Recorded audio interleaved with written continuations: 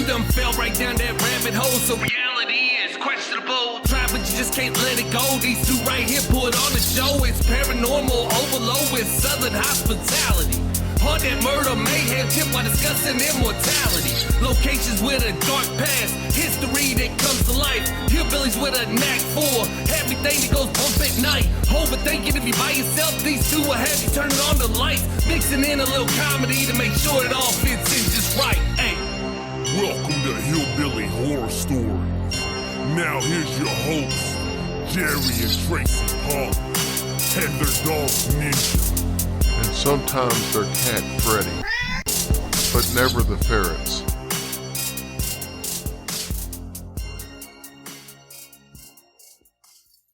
Hey guys, welcome to episode 401 of Hillbilly Horror Stories. I'm Jerry. And I'm Tracy. Tracy, obviously we want to start off our show thanking all of our military and civil servants all over the world, no matter which country you represent. Thanks for all you men, women, and service animals that keep us safe on a regular basis. You guys are always in our prayers like we tell you every single week. And we actually like hearing from you guys. We get a couple messages every now and then and everything, and it's really, really nice. So thank a veteran when you see them and say a special prayer for them at night.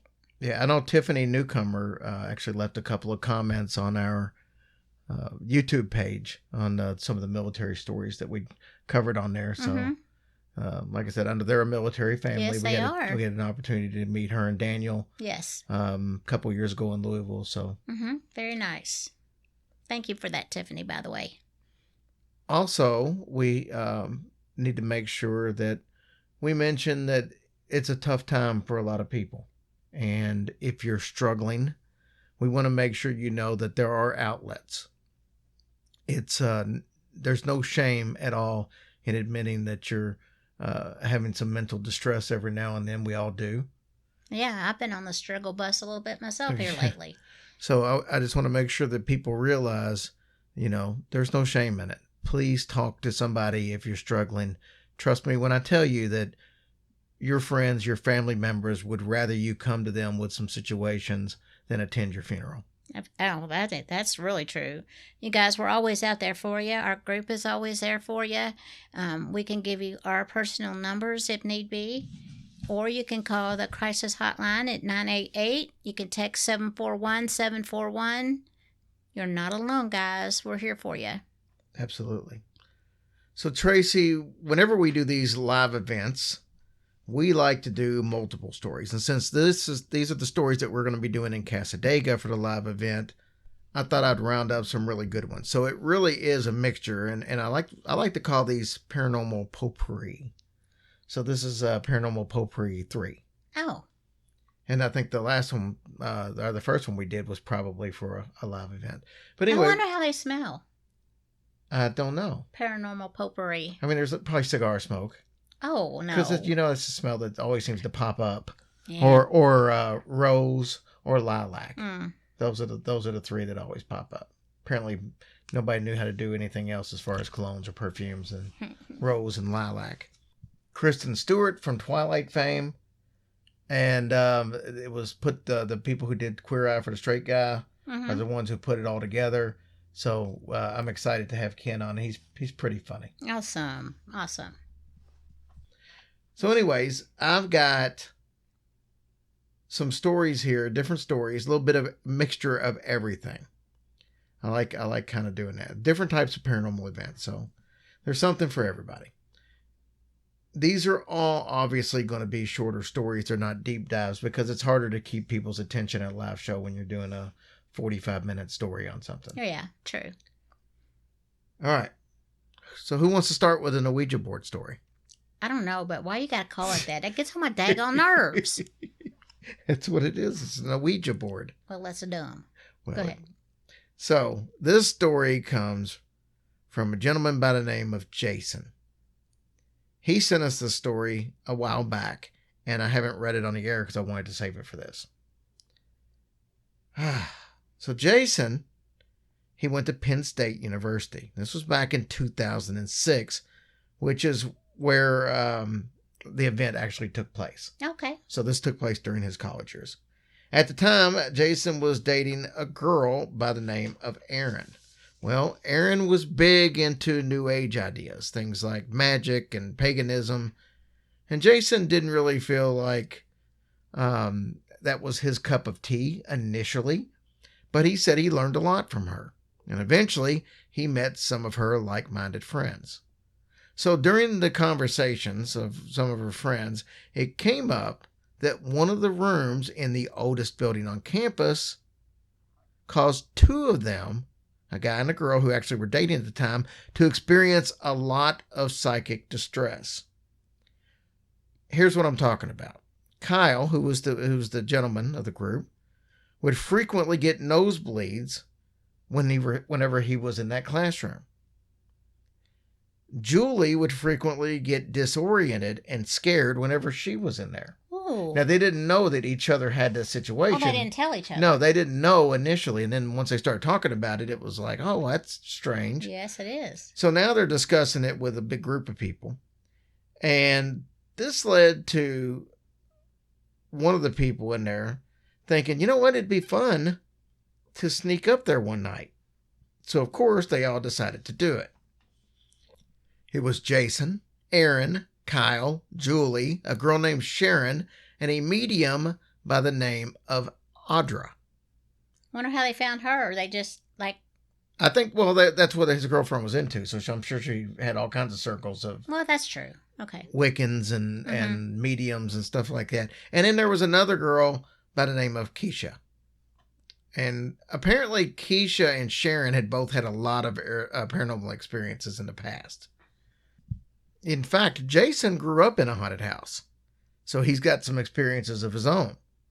Oddly enough, though, none of the three considered themselves to be mediums or even sensitive for that matter.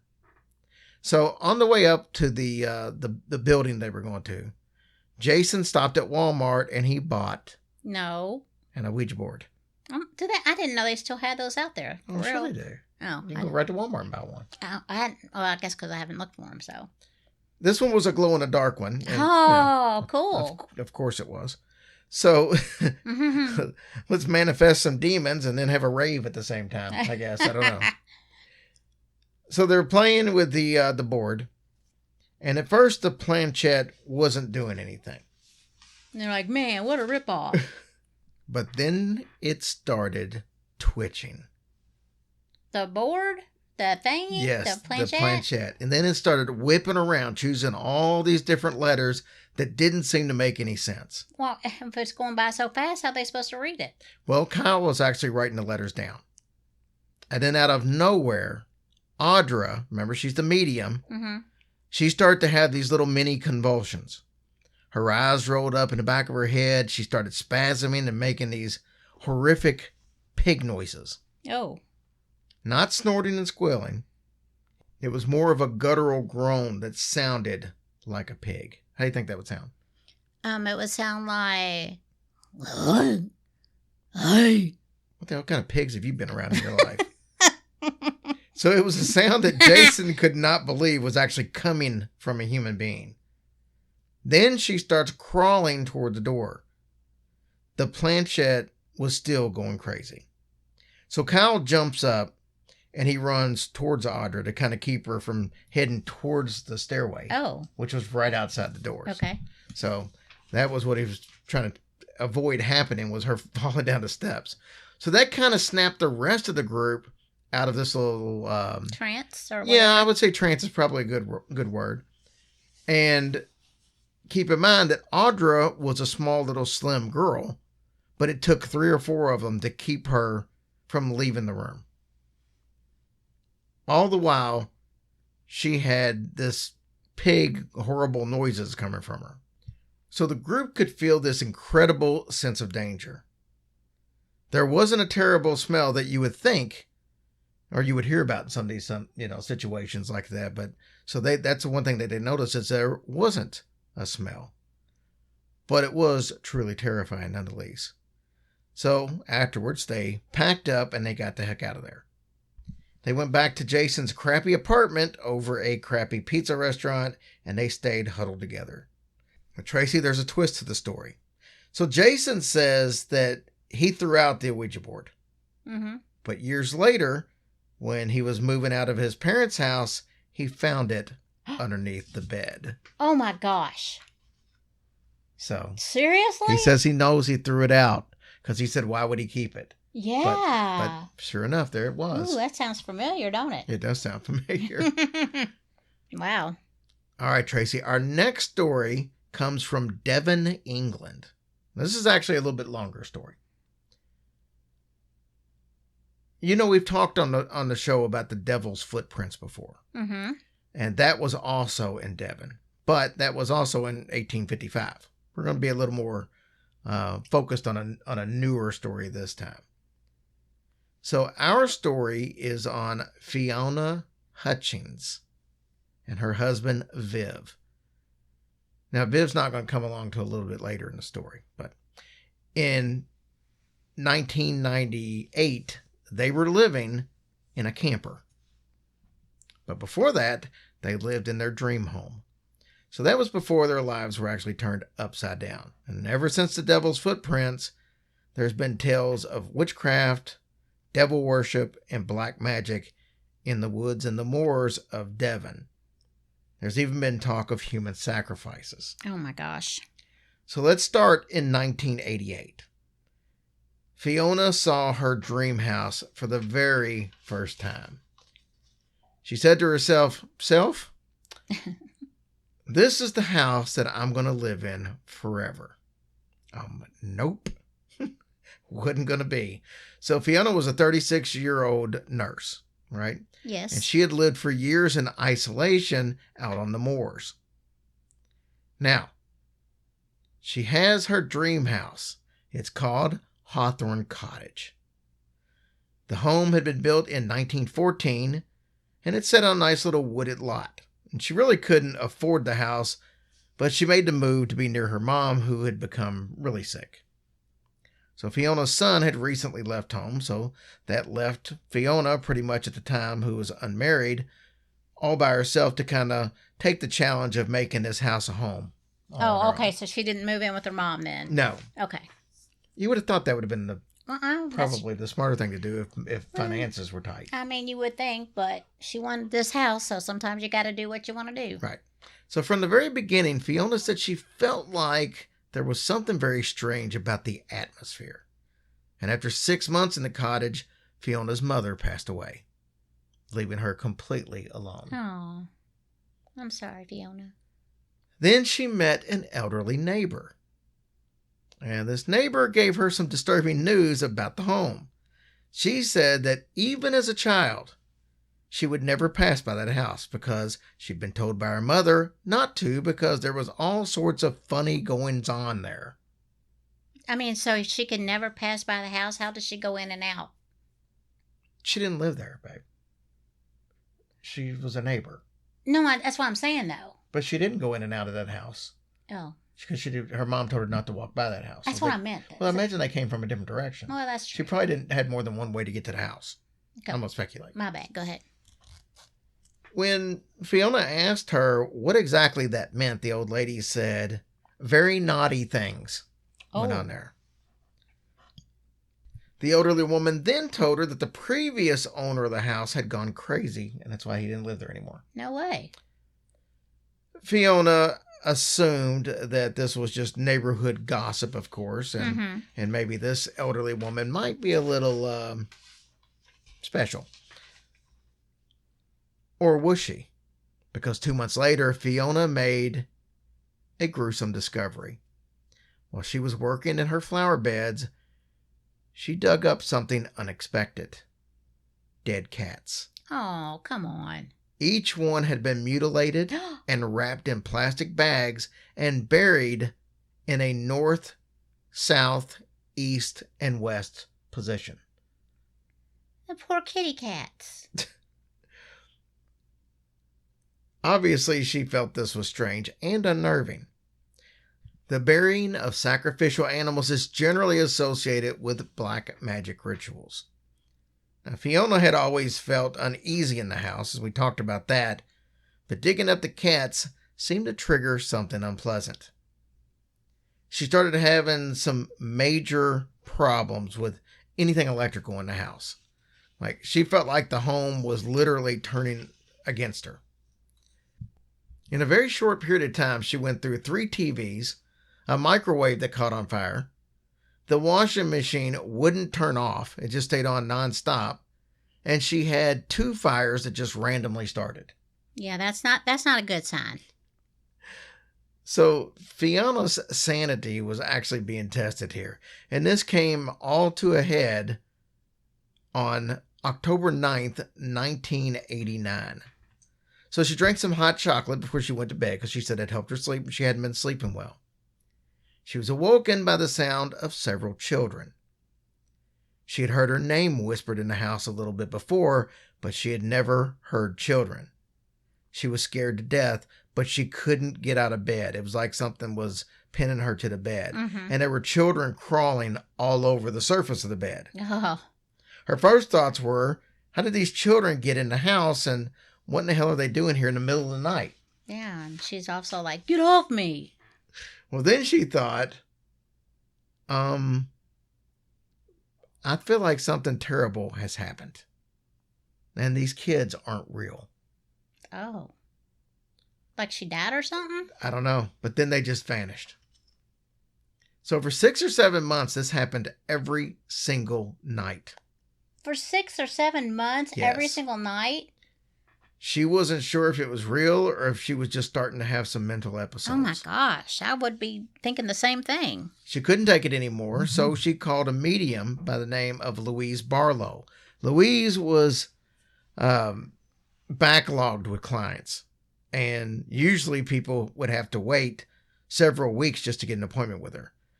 But she said that something told her that she needed to make Fiona a priority. So Louise actually went over to her house that same day. Oh, dang, that's lucky. So Louise immediately felt that there had been some type of a ritual where a group of people had gotten together and did some awful things. She wasn't sure exactly what took place at the house, or if it even took place in the house. It might have taken place on the land before the house was built. So she felt like the best way to deal with this was to kind of fight back. And that's what she told Fiona. You're just going to have to fight back. Well, how do you fight back? Well, good question. She called an exorcist friend of hers from the Liberal Catholic Church in Exeter. The priest, who still practices today, in fact, has confirmed that these events actually happened. He said that the children had been sacrificed from no. what they had gotten. It was in a sort of a ritual that he said that they wouldn't wish to know about. So he didn't tell them the details. Yeah. Every time they threw holy water around, she said it was like you were throwing it on a bonfire. The ashes blackened, and the smell was appalling. Little by little, the smoke dissipated. The house appeared to be clean, and Fiona was ecstatic. She slept well for weeks after that. I mean, not in a row. Oh, yeah, I know. Because that would be a long time. It would be. That's some Rip Van Winkle stuff. Life was back to normal as far as Fiona was concerned. But then Fiona met and married Viv. Oh, Viv. hot. He was an electrician in the Merchant Navy. When he heard about everything that was going on, he wasn't exactly sure whether he could believe it or not. He was definitely skeptical. A few months after the wedding, Viv was out to sea. He was doing his job. And this left Fiona all alone, which really wasn't a problem because they hadn't had any issues. Even though Viv was gone, she was happier than she had been in years. Well, good for her. Oh, you like that when I'm gone? Never mind. Silence is golden. Your little darkness, my old friend. Oh, no, I'm sad when you're not here. That was until she wasn't happy. So the exorcism may have gotten rid of the children, but Fiona believes that there was still something else in the house. So one night she was awoken by the doorknob to her bedroom rattling, like somebody's trying to get into it, right? When she got up to check it out, the hallway light exploded. Oh. Much like your lip snap there. Oh, sorry. Well, we have to have sound effects. Right. So whatever it was had come back with a vengeance, and it was 10 times worse than ever before, according to Fiona. But I wonder why it took so long to come back. I don't know. I think I might have your answer, though, coming up. Oh. So when Viv got back from sea, he too was targeted, usually at nighttime after he had gone to bed. So one night, and he doesn't know exactly how, but he fell down the stairs. Oh. I don't know why you think that's funny, but when I fall down the stairs, you laugh too. So I don't guess know. I've got a warped sense of humor, I reckon. He had no bruising and no real injuries, and he can't explain how he fell down the steps. Fiona called Louise, and Louise told her that even though they had freed the children, she had also made herself happy by getting married and everything. Mm-hmm. And maybe this is what brought the thing back, was now that she was truly happy. Okay, so then the medium didn't sense anything else but the kids in it when she was there. Apparently not. So this apparently, her being happy now pissed off whatever this was. So after more than a year of being terrorized, Fiona and Viv were at the end of the rope. So they had heard a rumor of a local man by the name of John Parker. Now, he was very hard to track down, but he had a reputation for being able to see dead people. That's cool. He was a bricklayer by trade, and that's what he spent his days doing. But he had a gift. Now, he didn't like the fact that he had a gift, but it's something he'd always had. He said after he talked to Fiona and Viv, what he picked up from them was pure terror. He knew that there was a very serious problem in that house. So on 7 p.m. on June the 6th, 1993, John Parker arrived at Hawthorne Cottage. Now, he claims to have freed hundreds of trapped souls in his 30-year career. And he's never charged a penny. Really? Yes. Oh, well, that's pretty nice of him. So as John's in the house, they hear somebody running up the stairs. John follows the footsteps, or at least the sound of the footsteps. He said he knew that there had been sacrifice of children by a cult in the area. Oh. Once again, the priest hadn't been told this, the exorcist, and he hadn't been told this, but they all came up with the same thing. That's wild. Yes. So he was telling the entity that it didn't belong there.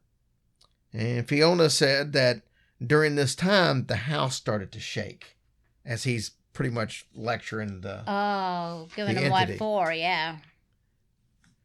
So she had said she had never been so frightened as what she was having now. Viv said to actually hear and experience what was going on was like nothing he had ever experienced in his life. It took 6 long hours, but John did rid the house of the entity. He continued his work for years after that. He says, though, that Hawthorne Cottage was the worst that he had ever encountered in his 30 years. Gosh, that says a lot. And in 1995, Fiona was foreclosed on by the bank. And she then lived her life day by day in a camper all the way through the late 90s. No way. Yep. Viv too? Yeah, they lived together in the camper. Oh, wow. Well, I'm sure she hated that happened with her cottage and stuff, but at least she got well, no, I can't even say that. She didn't have really good memories in the thing, so, yeah. So, oh well. All right, guys, we are going to take a very quick sponsor break, and we'll be back because we've got more.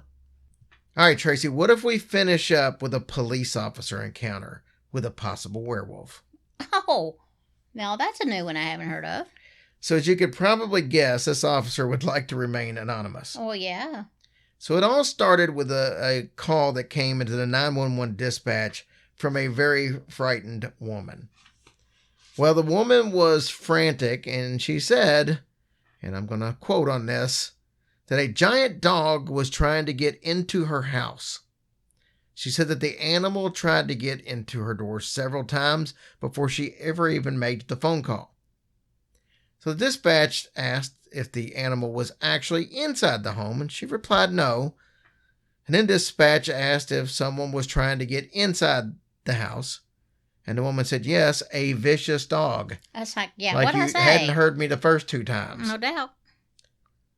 She said it was larger than any dog that she had ever seen before. So dispatch went ahead and stayed on the line with her. And they actually stayed on for several minutes with her until the officer arrived. So the officer gets out of the car. He walks up to the front door, flashlight in hand, and he knocks, waiting for several seconds, and he knocks again. No response, because he didn't want to knock in the door, right? Mm-hmm. So instead, he walks all the way around the side of the house to see if maybe she might have came out another door. But about halfway up the driveway, beside her house, he noticed a large missing section of fence. He looked, shined his flashlight on it, and he said it appeared to have been knocked down. Well, this led, the area where the fence was knocked down, led to the property next door and then straight to the woods. So there was also large canine tracks right in front of the dirt leading up to the house.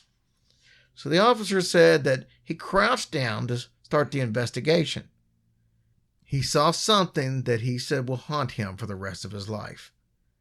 From less than 20 feet away was a snarling, wolf-like creature growling at him. It was standing on 2 legs, right by the tree line. He said it started heading off into the woods. The creature just lowered its head, it growled, and then jumped off, straight along the tree line. So he didn't really get a chance to like shoot at it or nothing. No. He'd had his gun drawn, and he was ready. That's when these 2 men appeared, and they both had guns. They had their guns to their side, but they both had guns. They said that they were related to the woman that was inside the house. And he asked if they knew what the hell was going on. And they just kind of looked at him like he had 2 heads, according to the officer. And one of the men looked at the other and said, he don't know. So the other man kind of nodded his head kind of towards where the creature ran off to. Mm-hmm. And he then said that this house was being attacked by this strange wolf-like animal. He said the same creature had also attacked his daughter while they were trying to get her home from school a few weeks earlier. So they were part of a group of men who were basically searching down this creature, like a vigilante group, searching this creature down for the last several weeks, trying to kill it. This all came about after they started trying to find this thing after it had killed a bunch of livestock. So then the officer began to tell him about animal control, and the men just kind of laughed it off, and they're like, dude, we tried that to start. Right. They were basically no help whatsoever because they didn't believe us. Well, maybe they did believe him, and they just like, hell no, we ain't tackling that. So then he showed the officer some pictures of his daughter's injury from his phone. He said that the pictures will remain etched in his mind forever. The daughter was lying on an ER table, stitches all across her right side, face, and neck. Her jaw had also been wired shut after being nearly ripped off by this thing. Oh my gosh. Both men immediately hear something and they turn their head towards the woods.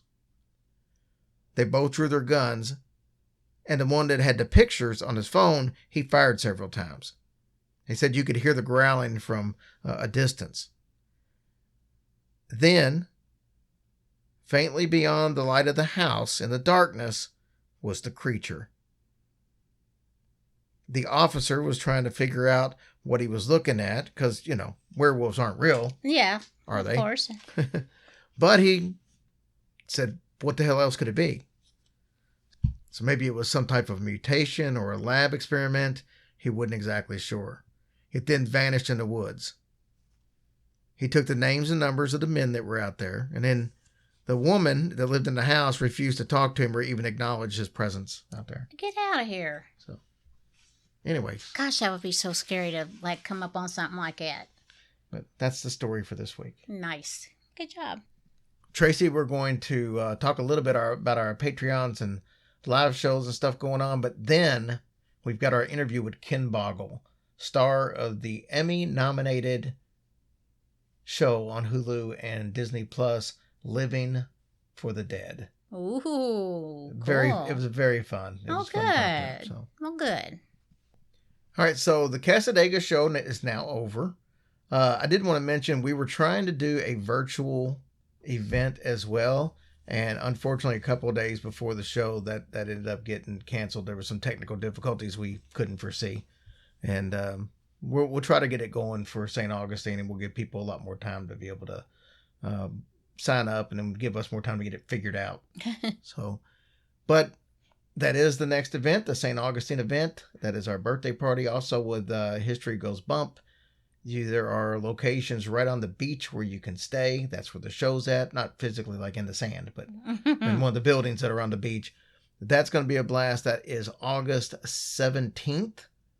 Like I said, also History Goes Bump. It's going to be an absolute blast. We had a great time last time. We did.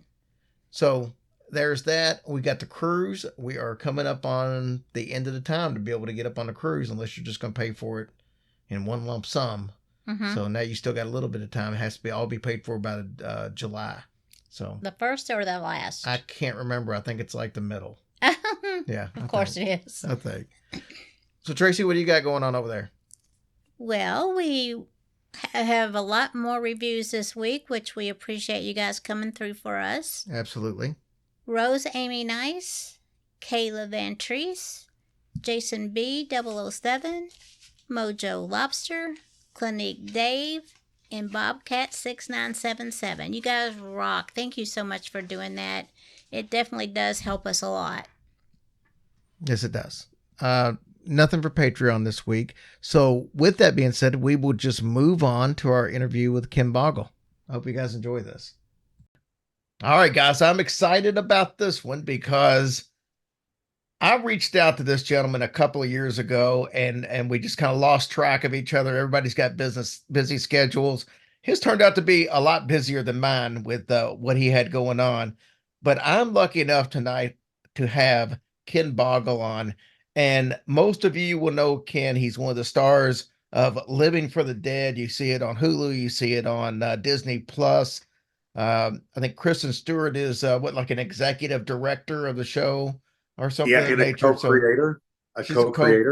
Co-creator, and of course, narrator. And a narrator. That's right. That's right. I forgot she narrates. Yeah. Dude, the show is Emmy nominated. Daytime Emmys have got you guys nominated. You're up against some stiff competition.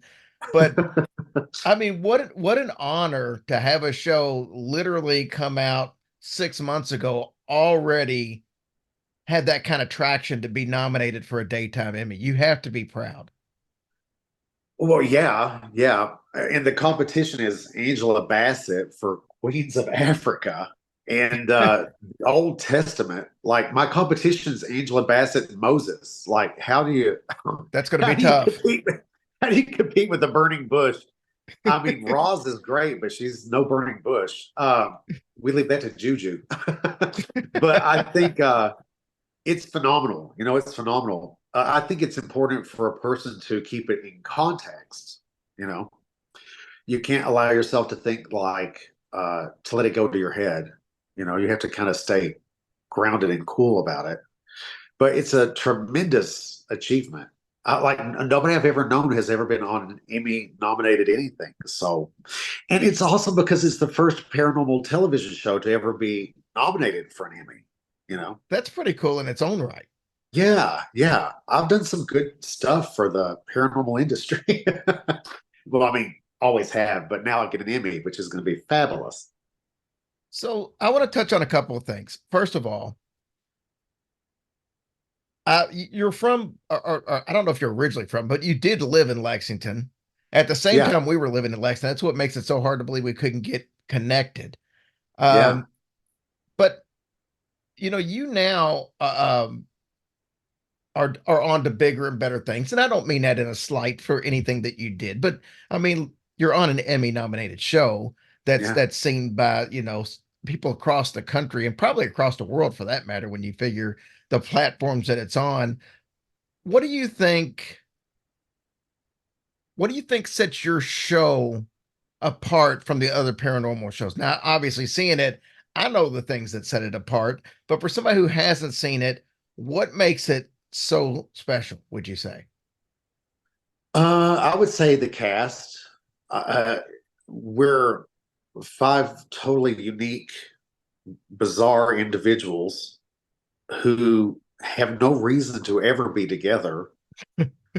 I often say that we all look like we're going to parties, but they're very different parties. You know, I could see that. Roz is doing like a 60s, go-go party. Juju's off to New Orleans, and I'm off to an Edgar Allan Poe speakeasy. And and Juju, I mean, Alex is off to some kind of goth fairy, rave. But I think it's that we come together, and you see it in the series. We gradually build this amazing family unit. I think also in our approach to how we deal with spirit, we're not just screaming into the darkness and chastising or provoking. Like, we're treating these spirits as human beings. Like, we're respecting them, and also that we're there to heal and help the living. So it's not just about finding evidence; it's about what kind of life are these people living in these locations. What's their work like? And how do we help them find peace in that environment? It's really a very beautiful show. I think that our approach and our unity is what really separates it from any other paranormal television program. It's a very funny show. It's got I'm trying to think of the best way to describe it, but when you watch a lot of the other paranormal shows, it's like, okay, let's just get down to business. And the Ghost Brothers were one of the first shows out there that kind of started throwing a little bit of humor and stuff in there, but you guys take it to a whole different level, I think. And my guess is that's why it's getting the acclaim that it's getting. I think partially that we have Roz Hernandez, who is a paranormal researcher, and she's a huge interest in the paranormal, has for ages. But her comedic style she's a genius, an absolute, like, she's hilarious. And then you have the comedy aspect to it, but I think there's so much heart, like, we show that we are human and that they're having a human experience, and it's a really beautiful thing to watch. I mean, every day there's somebody who writes me on some social media platform talking about how it affected them emotionally. And I always respect the people who came before me. I always respect Jason and Grant and Dustin. I respect, Steve and Dave Tango and Dave Schrader, Shane Pittman. I respect them. And I think they did tremendous, wonderful things. Yvette and Carl Fielding in the UK for Most Haunted. They're pioneers, and I think they did amazing things. We just stood on the shoulders of the pioneers and said, here's next level. And we're going to do it as real individuals. We didn't rehearse any of that. That's all us. We didn't get scripts. That's us. And we were genuine and sincere. And I think, going to your point a little clearer, you were talking about how some shows were very kind of just get to business. Well, that's how I started the whole series. Right. I was like, slowly you see me chill out, which is not an easy thing to get me to chill out. But you slowly see me start to do that, because I thought, I was there to do what Jason and Grant did, which is protocol and process. No, it was more about the overall experience and the journey, not just the evidence. It's a very unique program. So, Ken, you've always been active in the LGBTQIA community. How proud are you to be able to now help bring that into the forefront on television in a paranormal aspect? Because, like I've mentioned, the Ghost Brothers before, they were able to bring the African American aspect into it and show people, look, this is not just a community of a bunch of people that aren't different because we're different. We do that. And your show brings that other aspect in from your community. How happy are you to be able to see people finally recognize that everybody is involved when it comes to the paranormal? Well, I'm proud. Like, I'm so proud. I'm like a peacock. Like, I'm so proud of it. I mean, this is the first time in a paranormal television series that a trans woman of color has had a voice. A trans woman, period, has had a voice in the conversation of life after death. And then you have Juju, who is now the term, although it is still offensive to me, but the term is now queer, who is a queer female of color who has a voice in this conversation. It's groundbreaking. And it in itself, it blazes a trail. It makes us pioneers. Never before has it been done on a platform like this. I mean, we're talking about 70 plus countries all over the world. I think somewhere I'm dubbed in Taiwanese. I don't know really how that works, but it's just phenomenal, absolutely phenomenal. And you can't help but look at the amazing end product of that series and not be overjoyed. Like, it is just a phenomenal program. But I was a little apprehensive about that. I mean, I know that the audience of the paranormal television programming is not typically the LGBT plus community. It isn't. And so I didn't want to alienate that aspect of the show. I wanted to be proud of it and to showcase it, but I also didn't want to alienate, Janet, who lives in Oklahoma, who is, maybe doesn't follow the same kind of path or doesn't have the same perspectives on sexuality. I didn't want to alienate those people either. I wanted it to be a show where anybody can sit down and just watch something fantastic unfold. So even when they were coming up with names for the show, it started off with the most phenomenal name. I don't know if I'm allowed to say it, but I'm going to. It's called Spooky Bitches. Nice. I was like, done, like, hit. Like, that, the title alone is everything you need. But then they discovered that, some of that title had very negative connotations. It would be hard to promote it. And yes, that's all true. So they tried other titles that were very progressive that I felt would alienate some of our non-LGBT, population. And I didn't think that was fair. Because what we're doing is not about sexuality. It's about contributing to the conversation of life after death. And one day, over donuts and coffee in the RV, Roz said, "What about living for the dead?" And I was like, "Oh my gosh, yes!" And it just to me is a story that illustrates how proud I was that it is an LGBT cast, but how I wanted people to look beyond that to see the bigger story. Well, and I can say from somebody who's watched several episodes that when I watched the shows, I think they're fun shows. I mean, Yeah. you cover some great places, places like Waverly that we all know, and then you got that cool haunting aspect, and at the same time, it's a funny show. And I don't necessarily think about it being, the cast that is part of the community or any. I just think of it as a fun show, and I'm sure that's what the hope of it is that everybody could watch it. When we talk about our show, there's a lot of people that just aren't into the paranormal, Yeah. or they're skeptics, and we always said that we want it to be serious enough for the true paranormal lovers, but entertaining enough for the skeptics, so everybody would still like the show. And I think y'all pulled that off with your show. I totally agree. I totally agree. I think that in today's society, maybe even globally, the reality is that there's enough for us all to be divisive or divided over. Let's start seeing stuff that brings us together, that bridges these fundamental differences. I think that's what Living for the Dead does. I think that it shows in the Waverly Hills episode, we have a heterosexual relationship between Josh and Rachel where we help them get engaged, you know?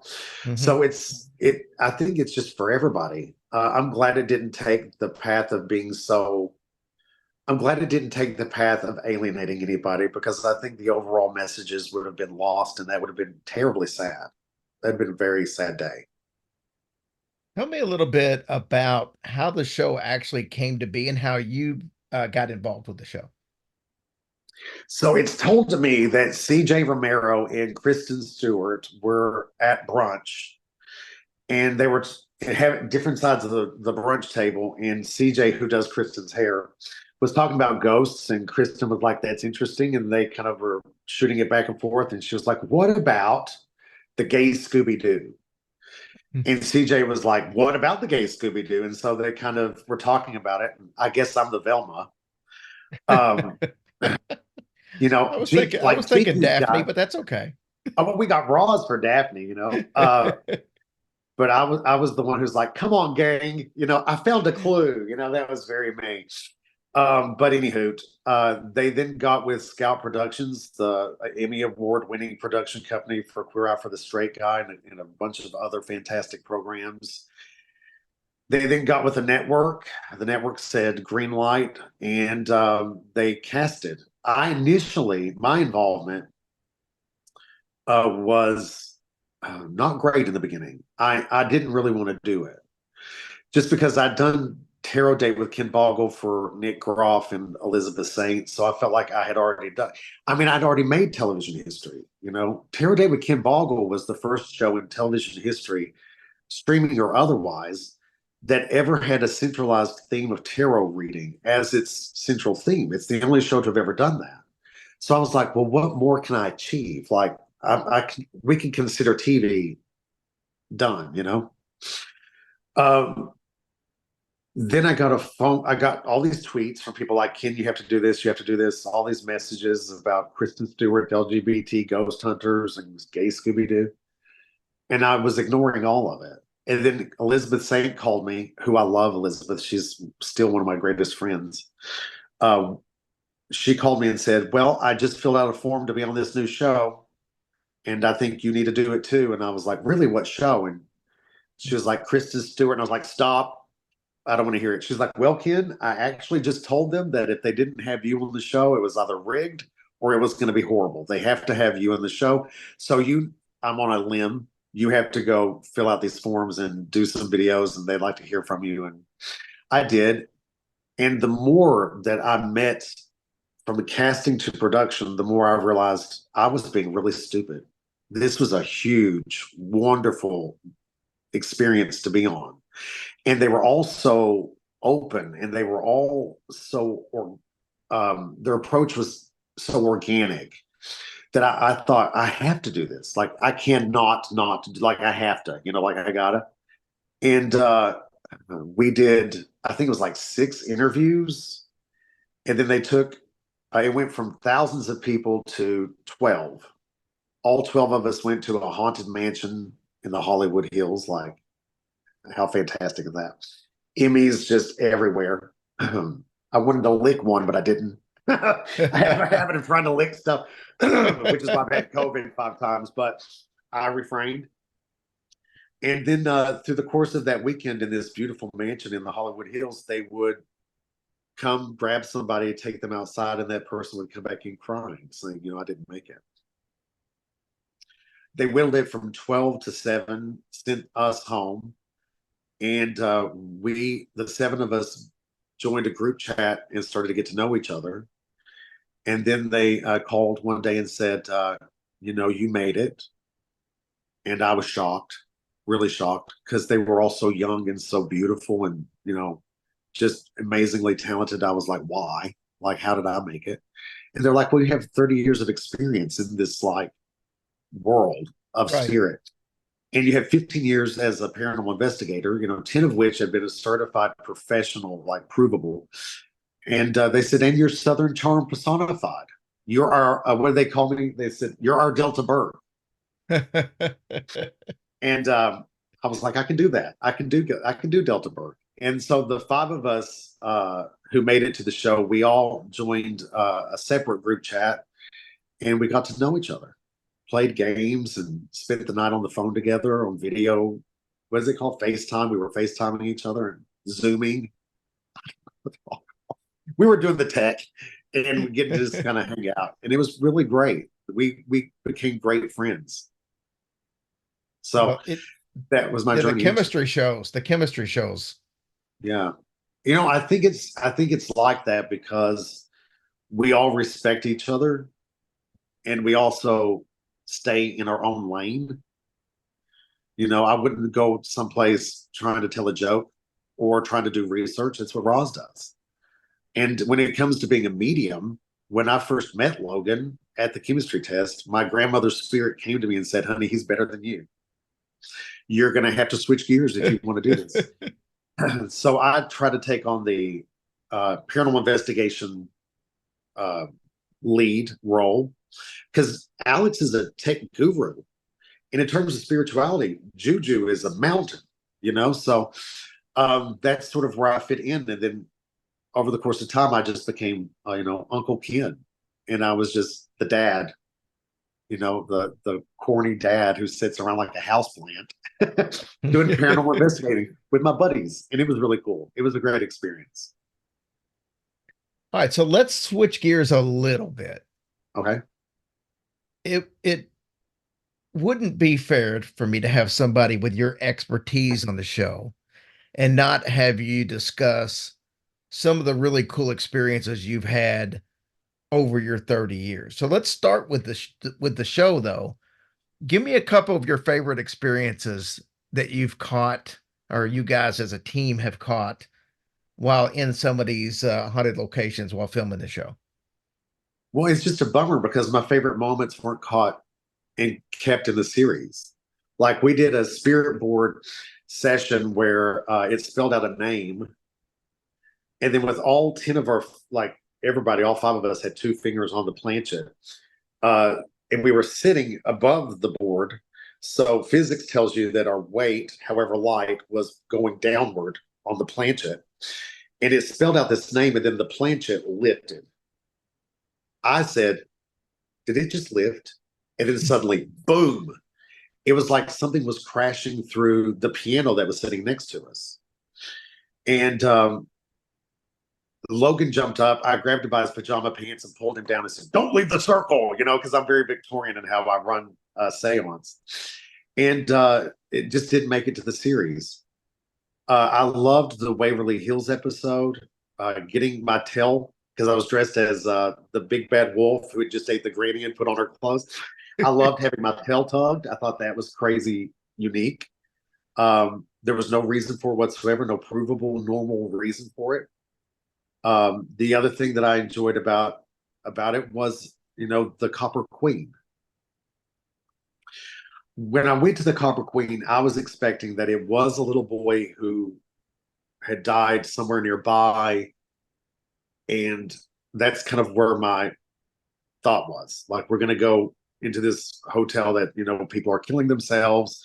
There's a rough history of sex workers and, sexual assaults, suicide. It's going to be tough. I had no idea how tough it was going to be. No idea. So at 3 o'clock in the morning, when I was trying to decompress, the trigger object we had, which was a EMF detector inside of a teddy bear for this little boy spirit, at 3 o'clock in the morning kept going off to the point where every time I would lay down, it would go off.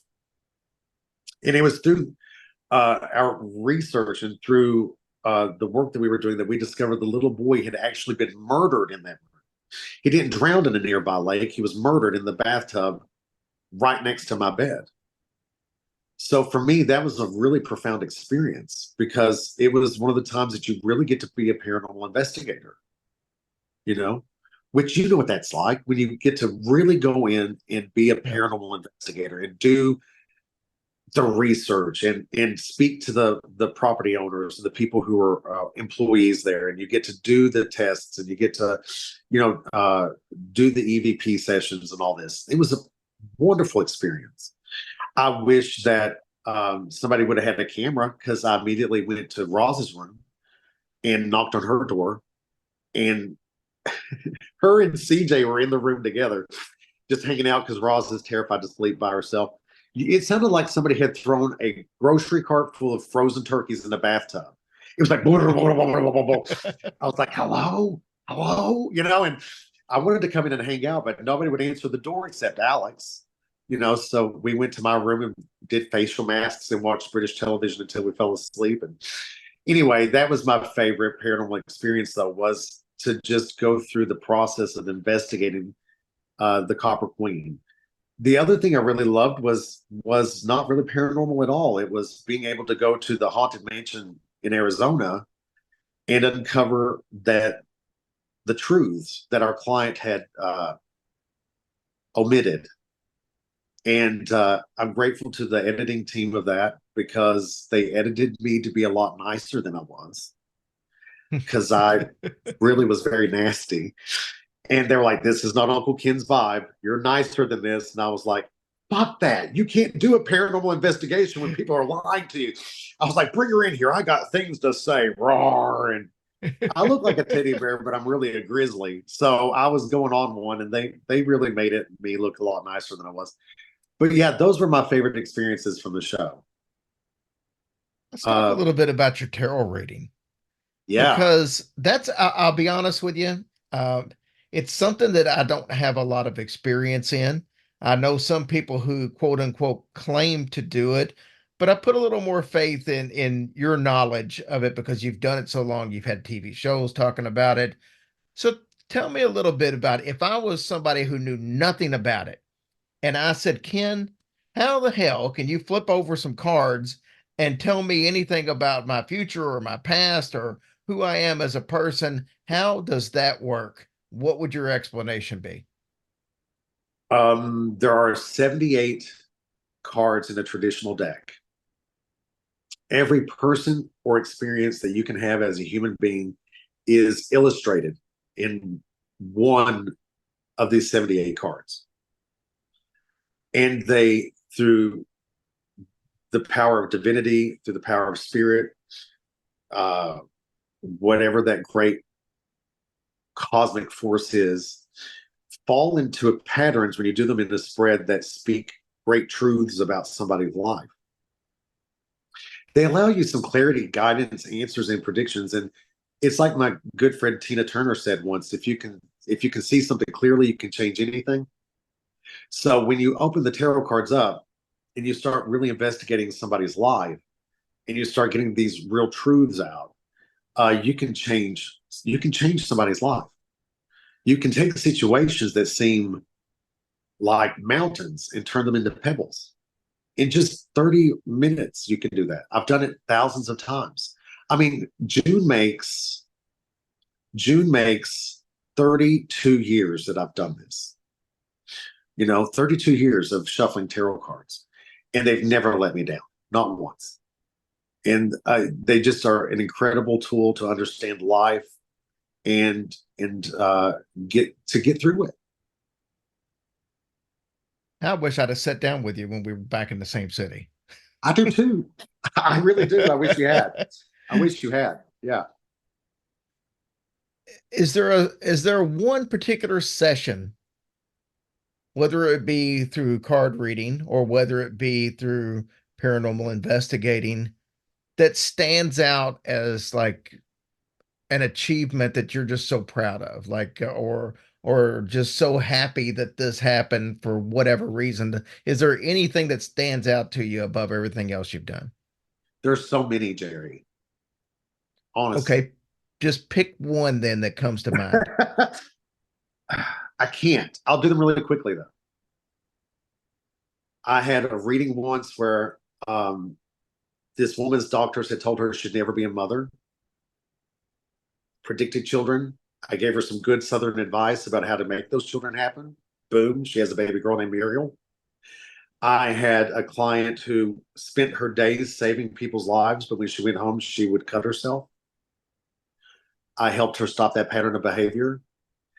She most recently returned from the Ukraine, where she was over there teaching these young men and women how to do in the field combat EMS services. I've helped women leave abusive men. I've helped men leave the bar and pick up where they left off with their families. I've helped people avoid bankruptcy. I've helped people connect with lost loved ones in a way that has healed their souls. So in 32 years, I've done tremendous, amazing things, but those are the most profound. I'll tell you that there was one, though, that shook me.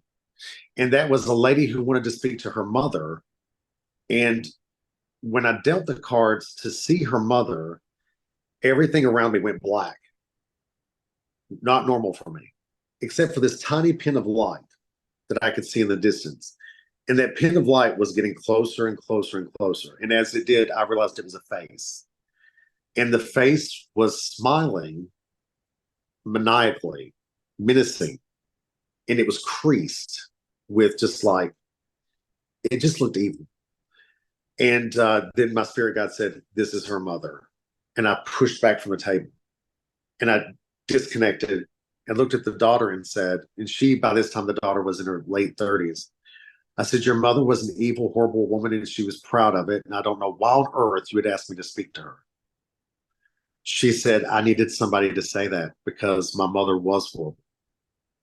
And that opened the door for the daughter to confess things that had happened to her, that her mother had done to her proudly, selling her for drugs, selling as a child, selling her for rent. To pay rent, she was selling her daughter off. And it opened up this amazing, it was a cathartic moment that led to real healing. And like most of all of my tarot card readings that I do, it ends in a hug. And this woman just got up from her seat, and we grabbed a hold of each other and held each other tight and sobbed. And I saw her years later. She had lost 60 pounds and gone to therapy, and her marriage was better. Her life with her children was better. She had stopped all the hatred, the self-hatred, the guilt, and the shame. It was a profound moment. Scary as hell.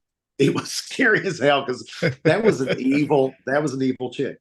Well, that's an awesome story, though, and I'm glad you were able to come through. But you're right. Sometimes people just need confirmation, and because they feel guilty for thinking that way until they realize that, you know what, that was a legitimate thought that now is confirmed.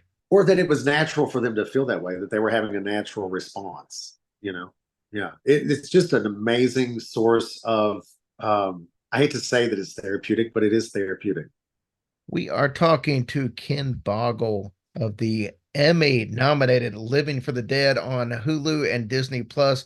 Ken, where can people find out more about you as a medium, as a tarot reader, as a movie star, TV star? I'm gonna throw it all out there because movie star, I'm sure, is coming at some point.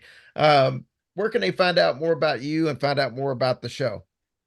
Well, you would go to kenboggle.com to find out more about me and to book readings or to get in touch with me about attending one of my classes, because I teach psychic development and I teach tarot. But these are intense classes. It's not for wussies. Like, you get homework and there's expectation. If you don't do it, I drop you and I say terrible things to your face. It's real work. But you would just go to kenboggle.com. You would also probably want to follow me on social media. You'd want to follow me on social media because that's like, I post everywhere. So just go to Ken Boggle. You can Google it. To find out more about the show, you would go to Hulu or Disney Plus, and you can watch all 8 episodes there. When is the Emmys? Is that in July or June? That's in June. Okay, I knew it was in the summer. I couldn't remember. So we're a couple months away. Are you nervous? I mean, Angela Bassett and Moses. I mean, how can you not be nervous? Like, yeah, I'm terrified. But the reality is, I believe in the work that we did, and it really is an honor just to be nominated. And I believe that if we win and we beat Angela Bassett and Moses, you won't be able to tell me shit. I will be insufferable. We also have the GLAAD Awards coming up in May. So that's for excellence in LGBT broadcasting.